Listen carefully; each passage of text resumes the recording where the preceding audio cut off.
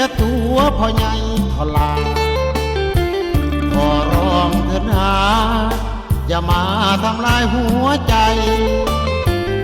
ได้โปรดเถิดนาคิดว่าสงสารพ่อใหญ่อย่าให้พ่อต้องปวดใจปล่อยให้เท่าตายดีกว่าอย่าให้อกพังอย่าให้ผิดหวังซ้ำเท่าขอร้องน้องสาวอย่าให้พ่อเป็นไปทั่วเถือกต้นถึกตูนจนว่าเสียสูญหมดตัวขอร้องเถิดน้องทุนหัวอย่ามาหวังตัวพ่อใหญ่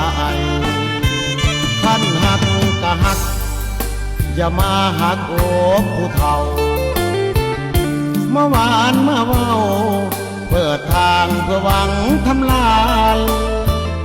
พอใจทะลำหักจนปักจมงมงายแล้วย่านน้องนั้นทำลายก็สงสารใจใจของผู้เฒ่าขอร้องได้บอกให้รู้ต้นคอทลาอย่าให้น้ำตาของพ่อมันไหลบ่เศร้าขอความสงสารอย่าทรมานผู้เฒ่าอย่าตัวอย่าต้มเด้อสาวอย่าให้ผู้เฒ่านี่ต้องเสียคน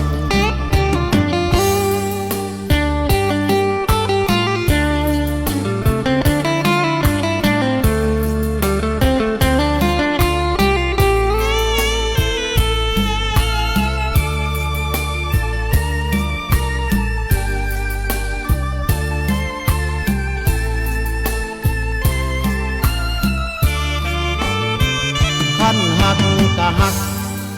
อย่ามาหักอกผู้เฒ่าเมื่อวานเมื่อเว้าเปิดทางเพื่อหวังทำลายพอใจทะลำหักจนปักจมงมงายแล้วย่านน้องนั้นทำลายก็สงสารใจใจของผู้เฒ่า